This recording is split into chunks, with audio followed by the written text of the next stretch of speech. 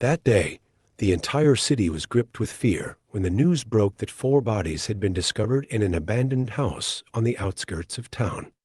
The foul stench emanating from the scene caught the attention of anyone passing by.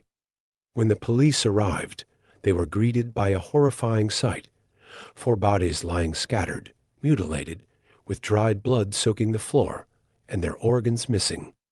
The man behind it all was none other than James Connor, a seemingly ordinary man, but one whose mind harbored sick, twisted thoughts obsessed with recreating the human body.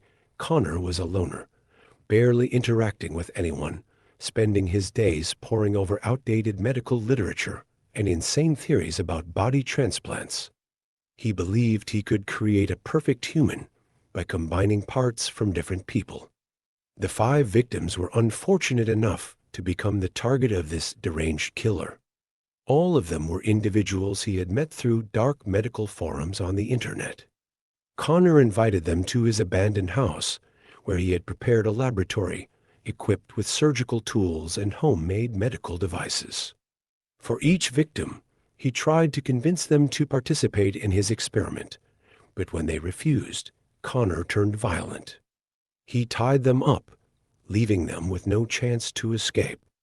He began his surgeries, heartlessly and cold-bloodedly. He dismembered their bodies, attempting to stitch the parts together as if they were pieces of a puzzle. But all his attempts ended in utter failure. The result was 4 corpses left in a pitiful, disfigured state, with the stench of decay filling the house after several days, ultimately exposing his horrific crimes. Once the crime scene was uncovered, the police began their investigation.